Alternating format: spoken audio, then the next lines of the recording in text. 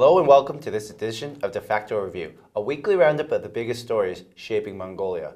Here with us tonight is guest commentator and analyst Mungtol Badrul Bantoy. And I'm Terrence Edwards. We're live on Facebook at V Television. We want to hear your thoughts, so send some comments via Twitter with hashtag #Jargle_Defacto. Coming up on the program, alarms ring on liver cancer crisis as disease claims 15% of all deaths in Mongolia. Parliament to launch audit into licenses for Mongolia's strategically important deposits. Teachers call off strike after receiving one-time bonus. Khentii Aimag hosts Mongolia's first ever winter horse festival. Our first story of the evening. Mongolia's government is taking action towards an epidemic of cirrhosis and liver cancer, which is responsible for 15% of all deaths in Mongolia. The Guardian this week published a piece spotlighting the effects of the disease here, which the World Health Organization says has the world's highest rate of liver cancer, as well as the highest mortality rate from the disease. Chronic hepatitis is the most common risk in developing liver cancer, and 400,000 of Mongolia's 3 million citizens are diagnosed with the hepatitis virus. The WHO says hepatitis caused spikes in Mongolia in the 1970s and 80s when syringes were regularly reused and dental and surgical practices were not always hygienic. Additionally, the country has high rates of hepatitis B and D superinfection, which occurs when someone with chronic hepatitis B becomes infected with hepatitis D. But the government is waking up to the health crisis, pouring significant money into screening and treatment in an attempt to reduce cases of liver cancer. By 2020, ministers want to eliminate hepatitis C and significantly reduce liver cancer and cirrhosis deaths. So, Mogi, this is obviously a pretty big problem. A lot of us know people that have been affected by this disease and families. So what resources can you tell us that the government's putting towards this, and how is the National Healthcare Service getting involved? Well, the Mongolian government is allocating a significant amount of money through our state health insurance system to the problem, but a little too late, I would say. Only from 2015, I believe, that the government is offering free hepatitis test screening for people aged between 40 and 60. These were the people who would have been affected most, who were kids, young people in the 70s and 80s, where that the Guardian article alluded to. That's why there's only free test screening for those age groups. And the government is allocating more money into the problem, and as mentioned in the article, that the government has a goal of eliminating hepatitis C by 2020. So after 2020, the government will turn its attention to hepatitis B, which is a little less severe, but still obviously a major type of hepatitis. Yeah. It might sound like alphabet soup to our viewers, all these hepatitises, but they're all different and have different treatments. Let's just say that hepatitis A is the more less severe, and it becomes even more severe as the letters progress. So C and D would be the most severe types of hepatitis, which lead to more liver cancer. But the government. So my problem is always is with the Mongolian health insurance system. So every citizen, every tax-paying citizen pays around equivalent to 4% of their salary to the health insurance system. Okay. But our health insurance doesn't really cover anything. It's something that I mentioned in previous programs.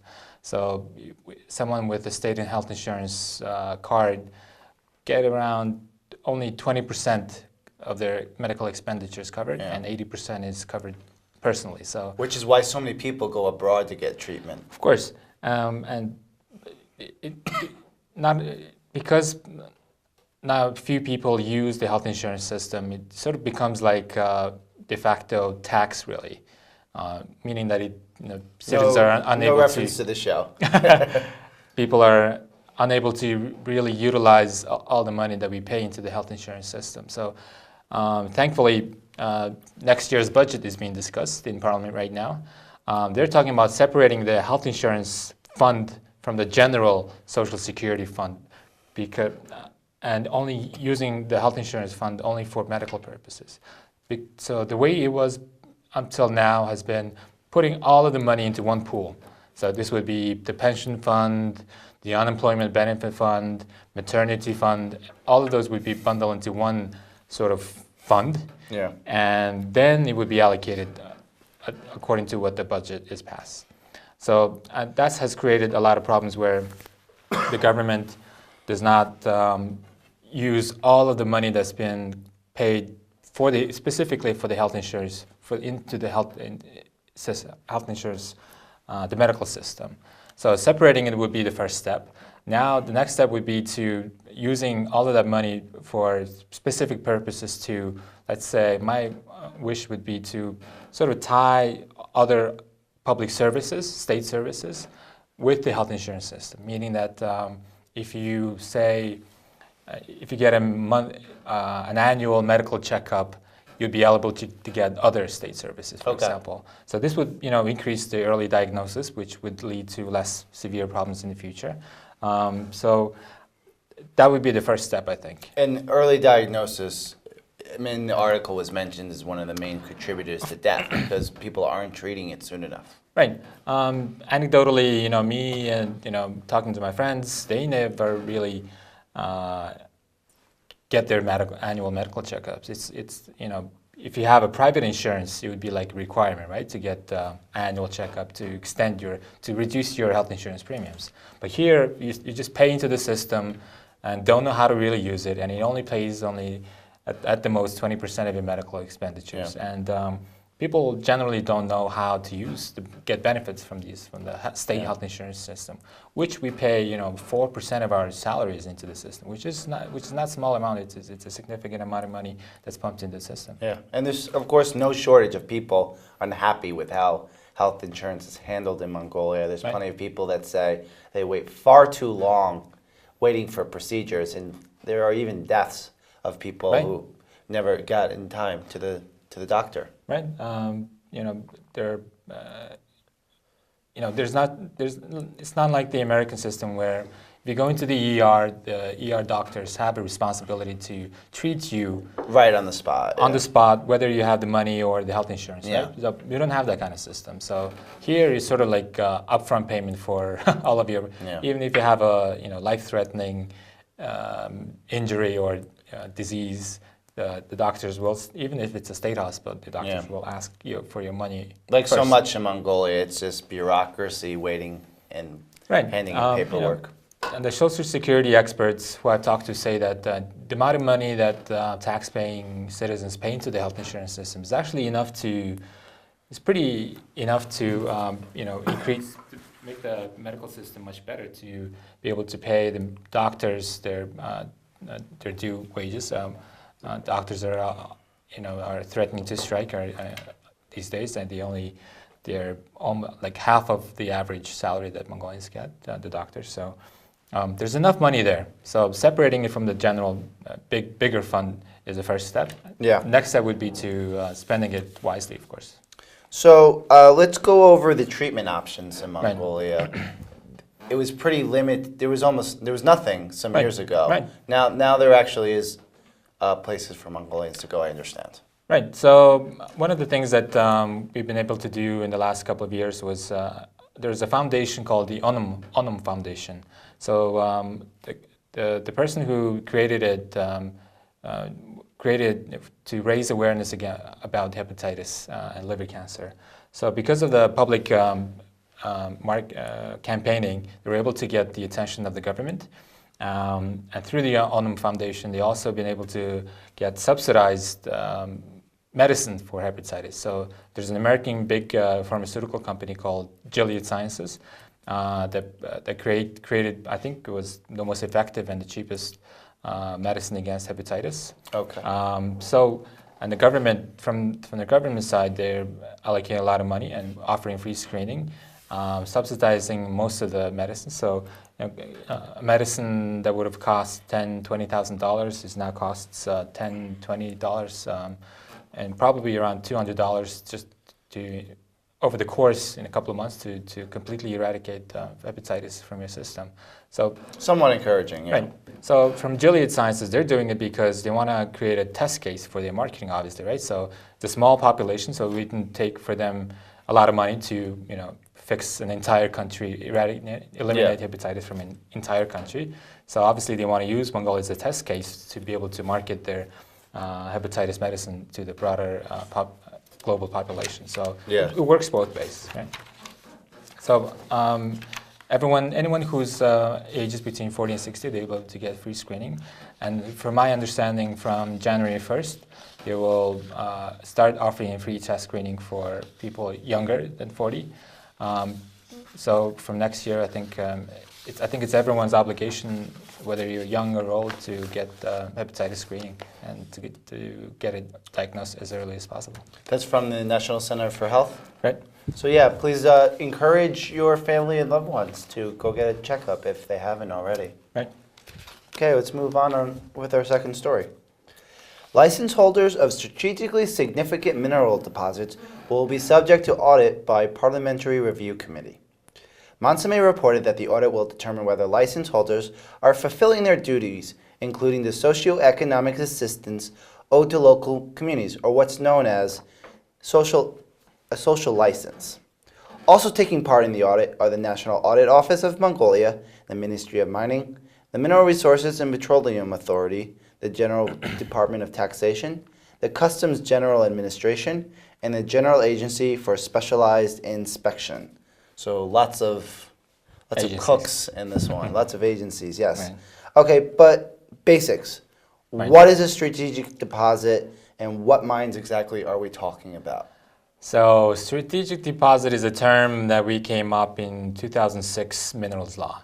So it was created because there were a couple of, it was a time when at the beginning of Oyu Tolgoi and Tavan Tolgoi, all those big deposits, there was a whole debate about how much government should be involved in those kind of big mines, significant mines that would affect the national economy and local people as well.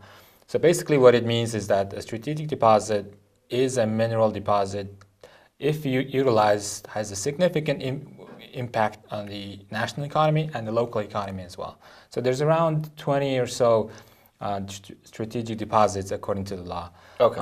Some of them are mostly state-owned. Some of them are mostly private-owned, like Oyu Tolgoi, which is 66% privately owned, and Tsagan Sovrga, which are also privately owned. There's a couple of them.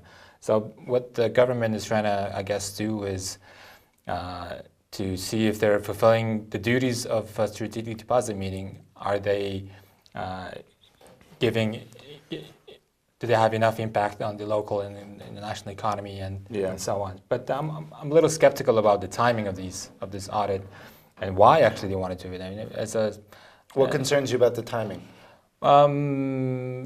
These are times when the government is trying to increase their revenues.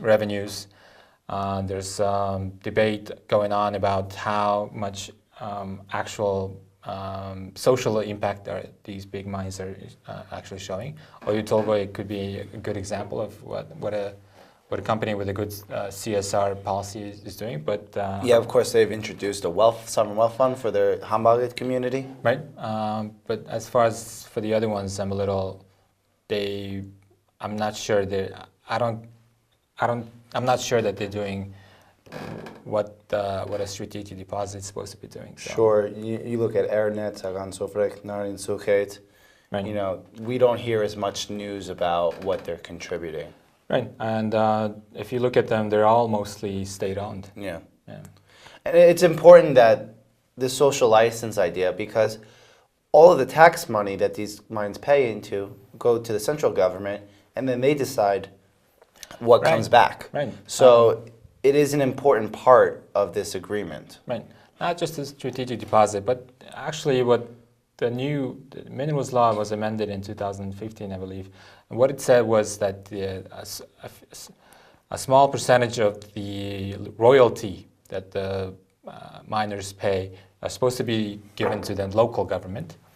Last year there was a a conference. I forget that local.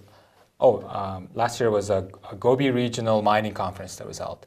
Yeah. So local governors were complaining that none of the money that the mines actually as a royalty go into the local government. Yeah. And that's creating a sort of a mistrust, and the local people are not happy with mining. So there's always conflicts, yeah. Yeah, and that's why you see more conflict, because the actual money doesn't go into the local development. Yeah. Ideally, a lot of it would be spent given to the local government budget. Yeah. And the local government would be able to, do what a government should do and take care of its people. Yeah. So that would help with sort of hate and love and hate relationship between mines and local people. So you talked a little bit about the timing and the reason. So what do investors maybe have to concern about? Are they worrying that the government might ask for more than they're actually owed? Most of them are state-owned. So my guess would be that the government is trying to improve the governance of state-owned mining companies. Sure. A lot of them are companies that are not in operation, but some of them are, like Erdnit and Baganur are operational, but a lot of them also are not operational. Gaudsort is not. Gaudsort.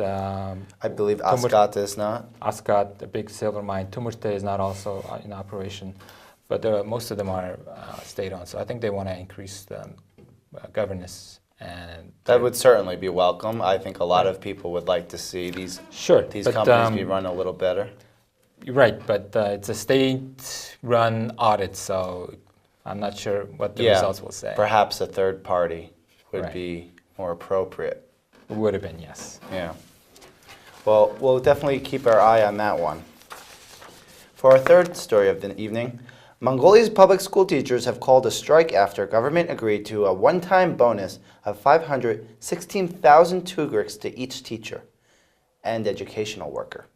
Teachers have held demonstrations at all of Mongolia's 21 provinces over the past few months as they and the other state employees demanded higher wages from the government.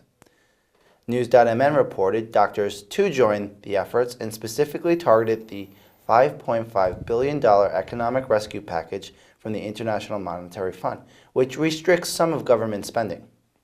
The proposed bonus would be made available to all employees in public education, not only the teachers. Government and teachers' union representatives are expected to sign an agreement ending the dispute on the 20th of December. So, do you think teachers are actually happy with this outcome? Obviously not. The president wasn't last week. Right, and that's why he vetoed the finance minister and the budget amendment. Yeah. So there's two things going on right here. There's two entities, sort of. Let's say two groups of people who are organizing the protest. One was the teachers themselves. They created a sort of an ad hoc committee of teachers who want to increase their salaries. They started the protest first, and then later on the Education and Science Workers Union joined in the protest. So when the government decided to give them bonuses, what happened was the teachers called off the strikes until the end of the year, while the teachers' union said they're not going to call off the protest.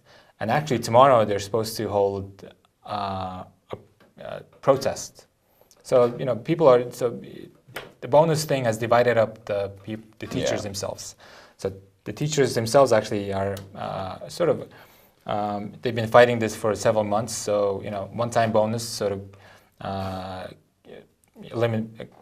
fixes the problem in the short run. So that's why they called it off. Yeah. But from the January 1st, they said they will continue to fight to increase their salaries. Okay, so that's only helping. That's only enough for 2017. Right, and the 516,000 is, so 300,000 was put into the 2017 budget amendment for all state employees. Yeah.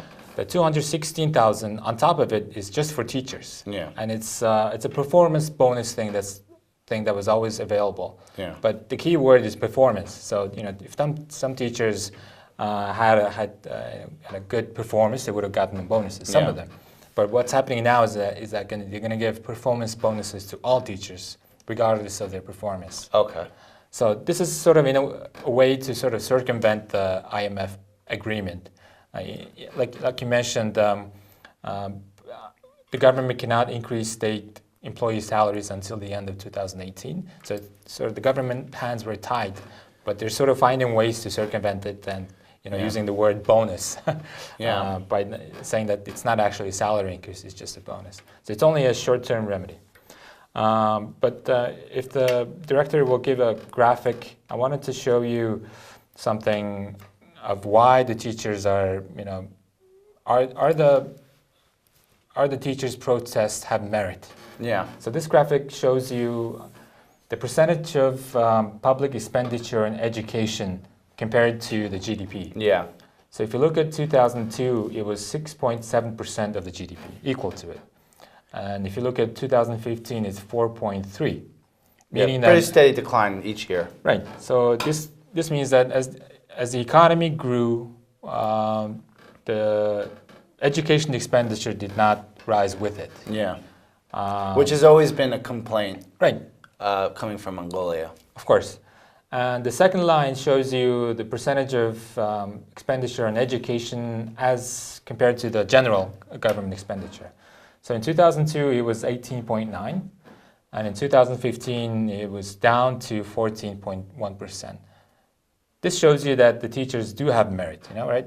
The average salary has been increasing with the economic growth, but the government failed to increase teacher salaries, expenditure on teacher salaries according to the GDP growth. So they do have merit, and obviously we mentioned in the previous programs that the average salary in Mongolia is almost close to 1 million Turkics a month, and the average teacher salary is around 500 to 600,000 a month. So this is almost half of the average salary that Mongolians get. So the teachers are heavily underpaid, and they're rightfully so are protesting. But it comes at a very inopportune time for them because governments cannot increase state-owned salaries until the end of 2018. Yeah. So those grievances are not going to just are not going wiped away, off. right? Yeah. They're not going away. Yeah.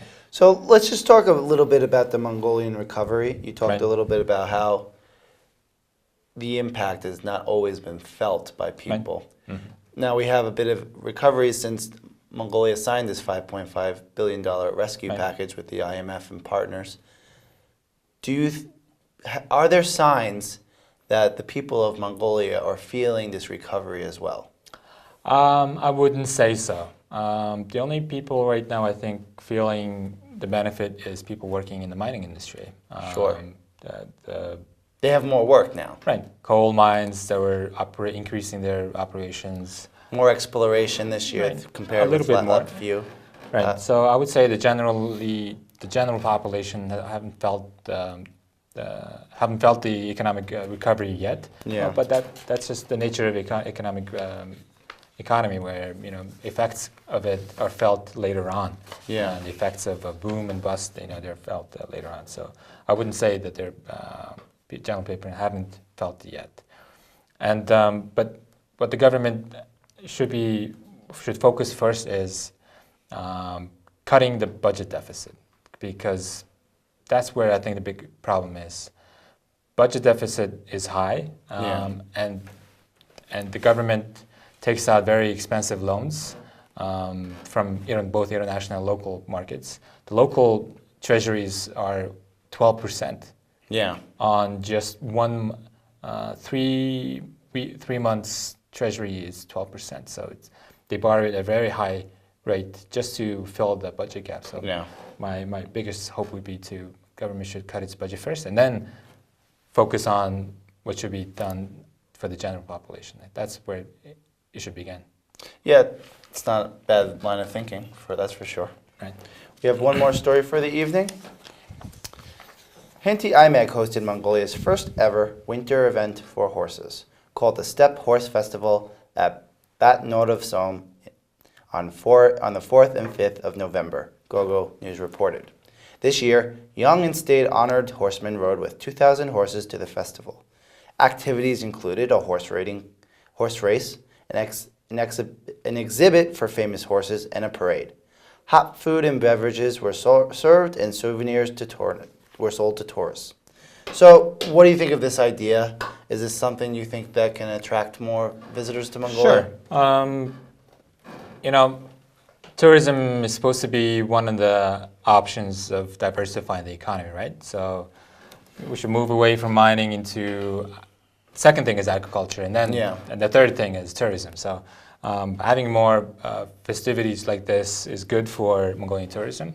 But my biggest concern is that Mongolian sort of festivity organizers don't do a good job of pre-marketing it. Yeah.